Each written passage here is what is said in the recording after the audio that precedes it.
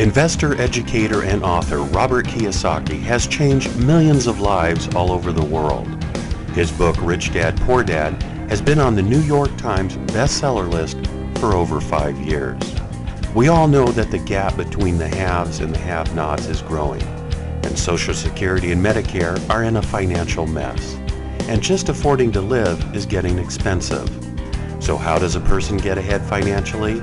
The answer is raising your financial IQ and having your money work for you. Here's Robert Kiyosaki with Rich Dad's Teach to Be Rich.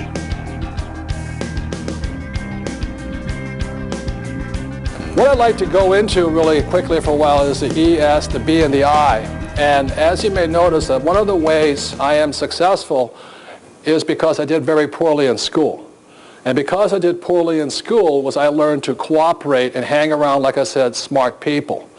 So one of the reasons I am successful is I'm smart enough to not hang around with what I call losers. I don't mean to be disrespectful, but my time is very important to me. How many people in this room hang out with people that actually bring you down? Good.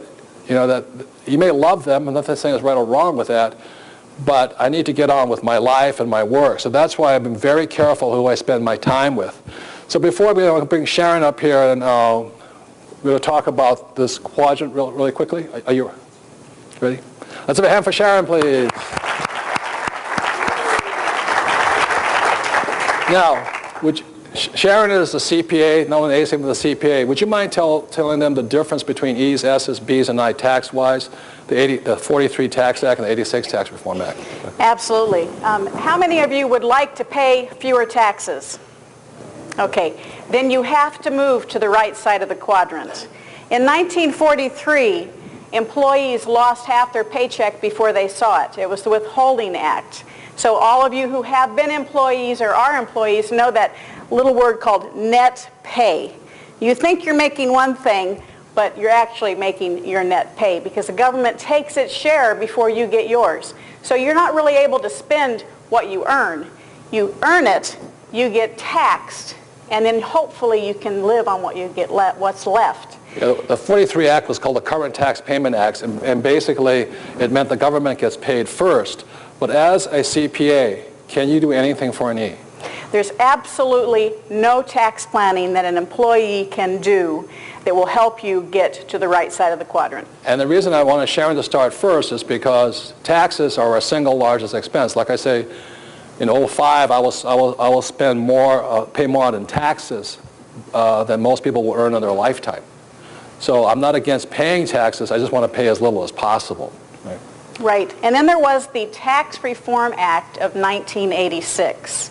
And it was something that eliminated what few tax benefits were still left for highly paid professionals, doctors, lawyers, architects, accountants. It took it away. The A students, you know, justifiably so, got theirs taken away, you know. And the C students are intact here.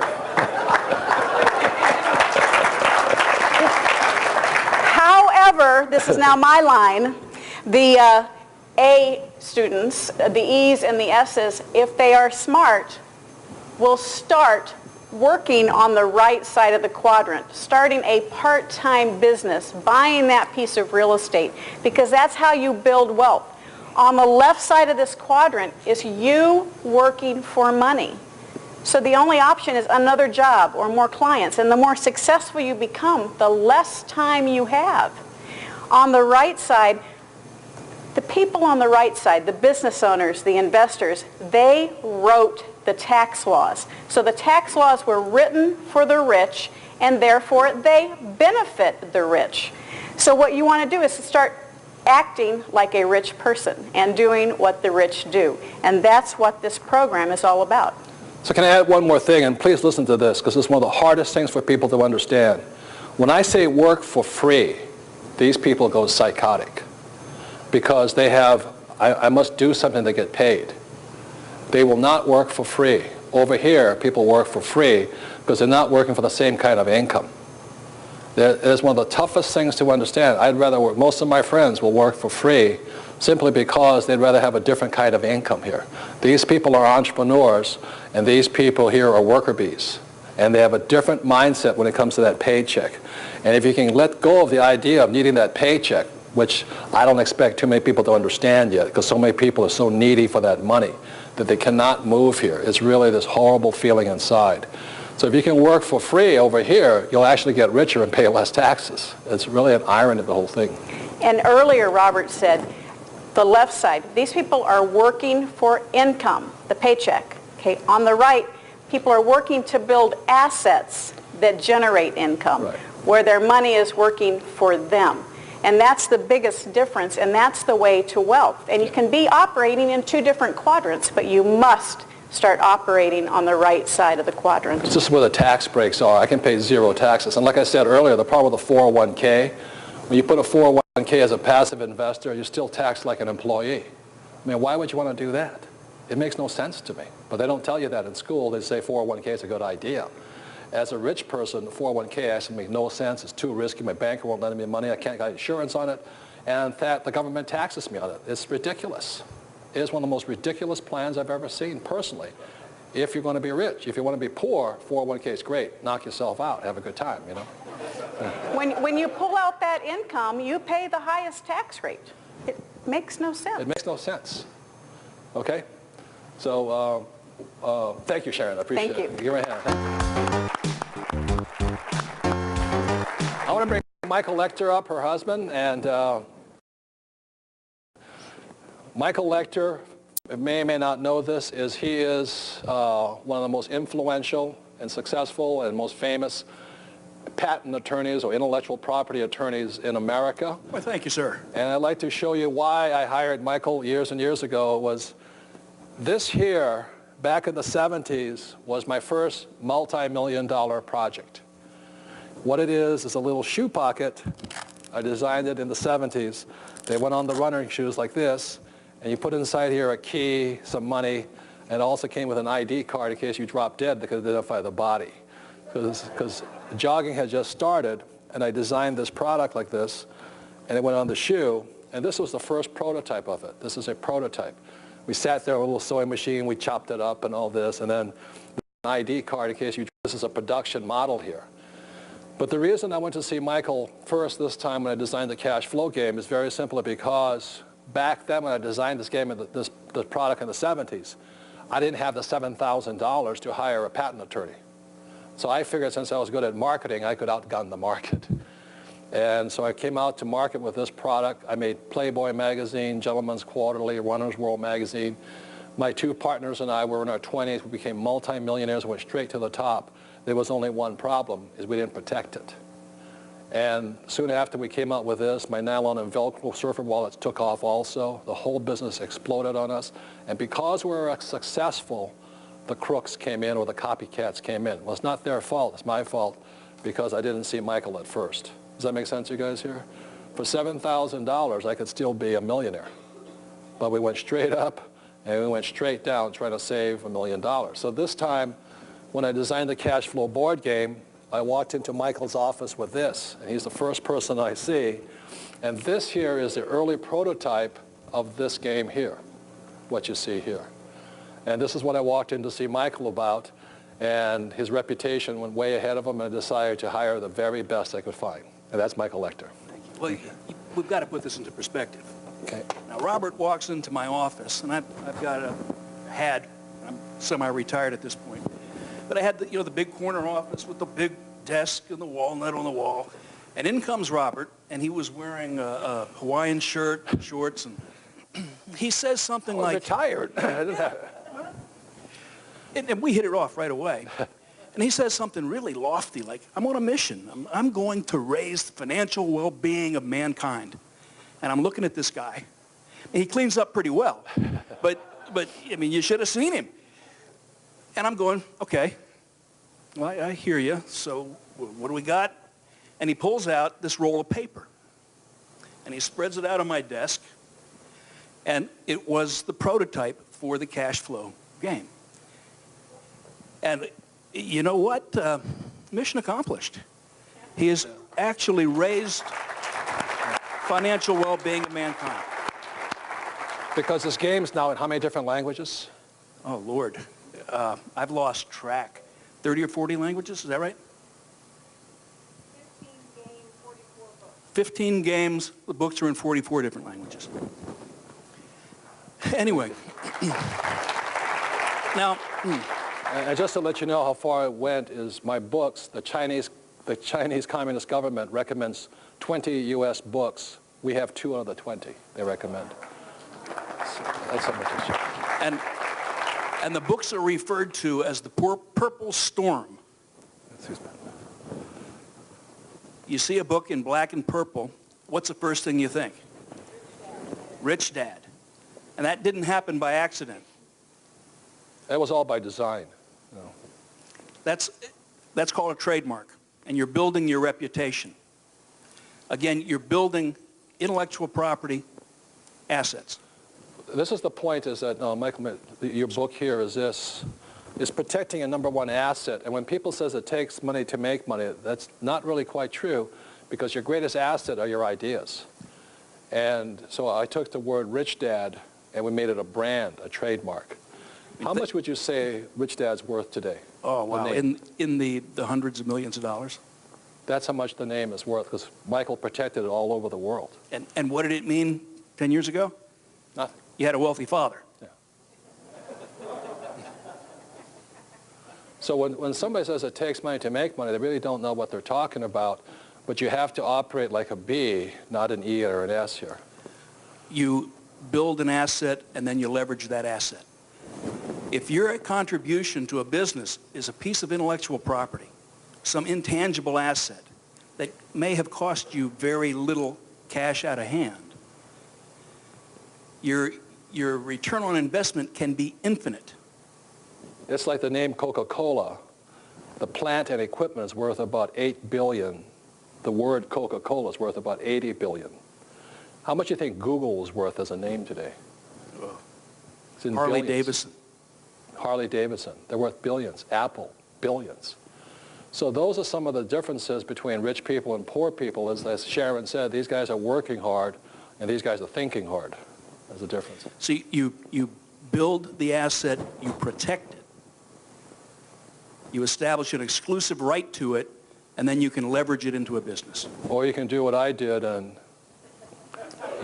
make somebody else very rich. And we're very smart, but we lost it all to save $7,000. You got to remember, the marketplace is not like a sprint. It's not a race. You can't run faster than the competition. I mean, it's more like a relay race, except the competition can come and grab the baton out of your hand. So, thank you. The next person I want to bring up, you can stay up here, is Blair Singer, because Blair does a lot of work with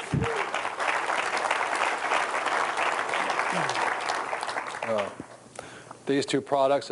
Like I said, the first thing my rich dad said to me when I was going to become a B in 1974 was I had to learn how to sell, and secondly is how to build a team, right? These are Blair's 2 books. Absolutely. And how many people in this room have ever had at least what you would consider to be at least one, like Michael says, at least one good idea? How many people have ever had more than one?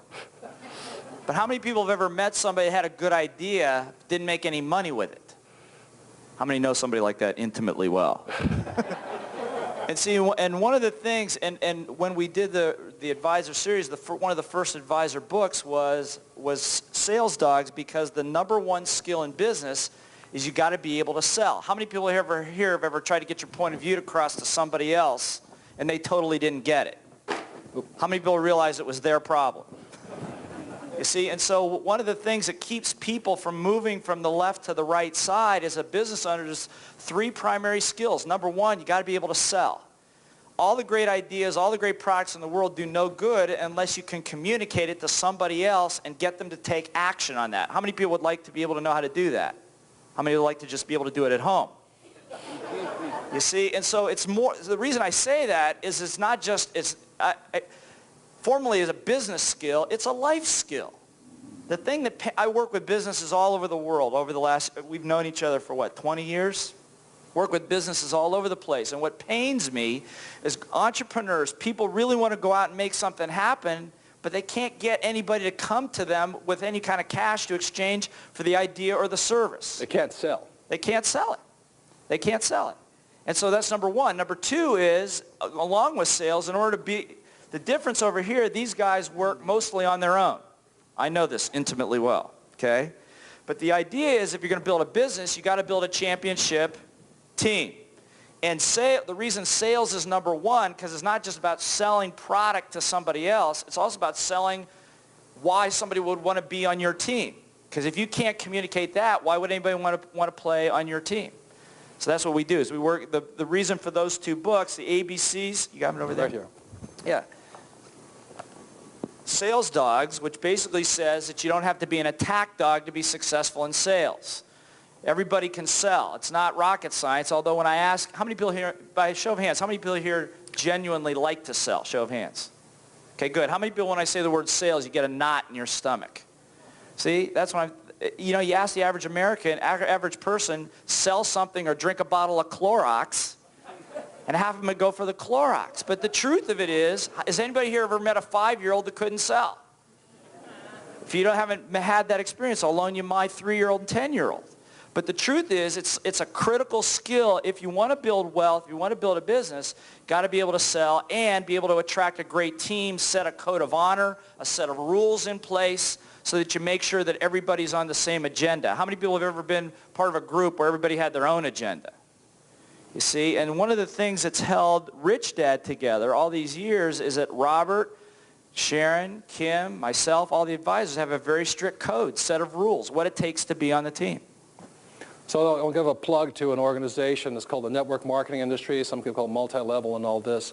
And I wrote a book to support them. I'm not in the business. I don't make my money that way. But it's called The Business School for People Who Want to Help People. And the main reason I recommend network marketing is I had the benefit of going to the Xerox Corporation to learn how to sell, professional sales training. Most people don't have that ability. So a network marketing company, they're training you to be a business owner. And the number one skill they train you in is how to sell, how to communicate. They don't like to say that because most people have this negative attitude towards it, but it's a great training ground. The problem with getting a job with Xerox is if you can't sell, they fire you. And one of the things about network marketing companies, if you can't sell, at least they'll work with you. But you have to put in your 2 bits here. So that's why I wrote this book, The Business School, and support an industry that's actually teaching the same skills my rich dad said were important to me with business skills. So if you're going to move from E to S to B and I think you have to learn how to sell. And I'm a very shy person, but I actually learned how to do that. So thank you, Blair. The last 2 people I want to bring up, I'm going to bring up Sharon and Garrett really quickly because they do this little shtick for me, which is important. And the reason I want them up here is the big mistake that people make is they take legal advice from accountants and then they take accounting advice from attorneys. So. Would you talk about that? Well, Garrett got a head start earlier because he was up here without me, and I was itching to come up and protect the accounting profession. It is absolutely essential that you get the right advice from the right advisor. It sounds simple, but there are accountants that do tell you to do everything on your Schedule C. Find a new accountant. I couldn't agree more. They are not helping you protect your family's future. If they say to you, become a sole proprietorship or a partnership, find a new person. They're giving you bad asset protection advice, right? That's absolutely correct. But your accountant and your tax advisors are essential to allow you to build your business in the right direction from a tax perspective. Attorneys should not be telling you how to do your taxes. You have to use the right advisor for the right advice and find a good advisor who will give you good advice. Both very important skills. You don't want me doing your legal work, guaranteed. These days you probably don't want me doing your tax work either. It's been a while since I did a tax return. But you must get competent tax advice. It helps you grow your business quicker. Many of you in this room right now are paying too much in taxes because you're not getting competent tax advice. I did, even and I knew this stuff. Got excellent tax advice, and we were able to structure ourselves in a better format to save income tax because there are only a few people that can stay current on everything. Exactly the same way. Garrett came to us and said, you need to change where you're doing your incorporations. Wyoming is now the place you need to be going. I'm not going to argue with him. He's the expert. Thank you, Garrett, because it protects us. And when I have somebody come up at events and talk to me and ask me legal questions, I send them to Garrett. And when Garrett has somebody come up and ask tax questions, I think he sends them to me. Your turn. You're absolutely right, Sharon. You don't want me doing your tax return. Please, I am not a tax attorney. I don't do taxes, but I do work really well with CPAs and people who understand the tax system. And that's what you want to do. That's one of Robert's messages. It's a team sport. Business and investing are a team sport, and two of the key members of your team are going to be your attorney and your CPA. And what I do in my practice is frequently I will get on the phone with the client, the CPA, and myself, and we'll have everybody there on the same phone call. We don't need to be in the same room. In some cases, we're talking on a conference call with people spread around the country. But you need to have those three people on the phone at the same time. What happens so often, and Sharon, you've seen this, is an attorney will say, that's a tax question, go talk to your CPA. And the CPA will say, well, that's a legal question, go talk to your attorney. And you play this phone tag game and nothing ever gets done. So by having everybody on the phone at the same time, in as little as half an hour, you can make decisions and move forward to protect your assets and to save on taxes. It's a great way to go. So if I could, in conclusion, I would say, if you're an E or an S, all you need is financial planners, and that's about it. And exactly as Scott McPherson says, they're going to sell you stocks, bonds, savings, mutual funds, and get out of debt, because that's all they can sell you. Over here, these are my advisors. I don't have a financial planner per se. What I am is a B and an I, and I play the game a little bit differently. So if you're going to be successful, I strongly suggest knowing the differences there. Because every time I meet a financial planner, they always tell me the same thing. Work hard, save money, get out of debt, invest for long term, and diversify, and naturally buy stocks, bonds, mutual funds, and things like that, because that's what they sell. And if you're going to be an active investor, you need a different team than people who are passive investors. Is that true? Absolutely. And if I could just add one little piece of just incredibly good path to follow, is you want to find somebody who is an advisor who has already done for another client what you have done. You don't want to have them learning on your dime. As we have grown more successful, we've had to change certain advisors because we needed advisors who had already been there and had clients bigger than us. You don't want to be that advisor's largest client, because what you're doing is you're paying them to research, not paying them for their knowledge and experience. And it's very important that you make sure your advisors have the expertise in the area that you want to build your business or your personal life. As I got wealthier, I had to change my advisors and things like this, so I pay more, but their advice is more important. If you're poor, any advice will do. Okay. So that's the big difference here. So let's have a big hand for our advisors.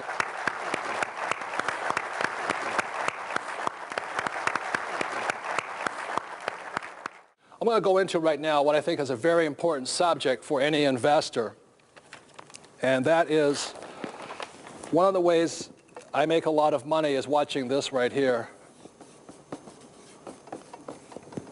It's a thing called trends.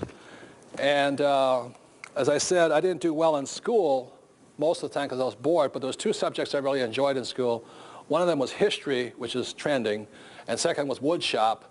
And when most of my classmates were building salad bowls for Mom, I built an 8-foot El Toro sailboat, and that's how I got an A for that.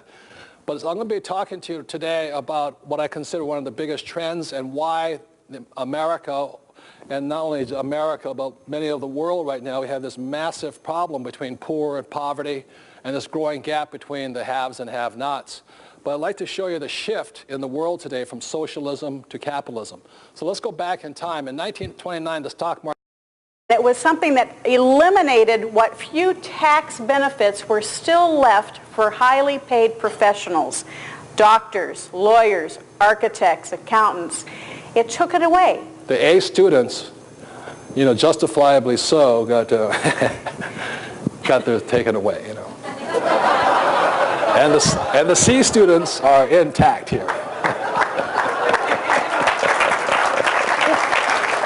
However, this is now my line, the A students, the E's and the S's, if they are smart, will start working on the right side of the quadrant, starting a part-time business, buying that piece of real estate, because that's how you build wealth. On the left side of this quadrant is you. What I'd like to go into really quickly for a while is the E, S, the B, and the I. And as you may notice, that one of the ways I am successful is because I did very poorly in school. And because I did poorly in school was I learned to cooperate and hang around, like I said, smart people. So one of the reasons I am successful is I'm smart enough to not hang around with what I call losers. I don't mean to be disrespectful, but my time is very important to me. How many people in this room hang out with people that actually bring you down? Good. You know, that you may love them, and nothing saying is right or wrong with that, but I need to get on with my life and my work. So that's why I've been very careful who I spend my time with. So before we bring Sharon up here, and we're going to talk about this quadrant really quickly. Are you ready? Let's have a hand for Sharon, please. Now, Sharon is the CPA, no one is the CPA. Would you mind telling them the difference between E's, S's, B's, and I tax-wise, the 43 Tax Act and the 86 Tax Reform Act? Absolutely. How many of you would like to pay fewer taxes? Okay, then you have to move to the right side of the quadrant. In 1943, employees lost half their paycheck before they saw it. It was the Withholding Act. So all of you who have been employees or are employees know that little word called net pay. You think you're making one thing, but you're actually making your net pay because the government takes its share before you get yours. So you're not really able to spend what you earn. You earn it, you get taxed, and then hopefully you can live on what you get what's left. The 43 Act was called the Current Tax Payment Act, and basically it meant the government gets paid first. But as a CPA, can you do anything for an E?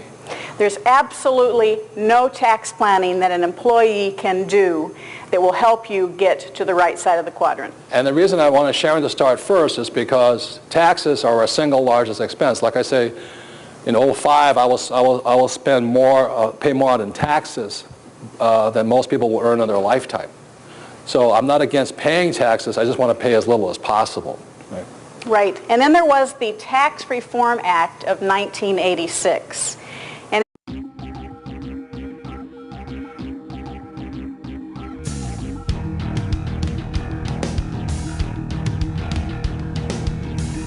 Investor, educator, and author Robert Kiyosaki has changed millions of lives all over the world.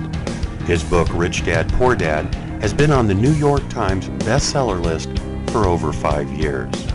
We all know that the gap between the haves and the have-nots is growing, and Social Security and Medicare are in a financial mess. And just affording to live is getting expensive. So how does a person get ahead financially? The answer is raising your financial IQ and having your money work for you. Here's Robert Kiyosaki with Rich Dad's Teach to Be Rich.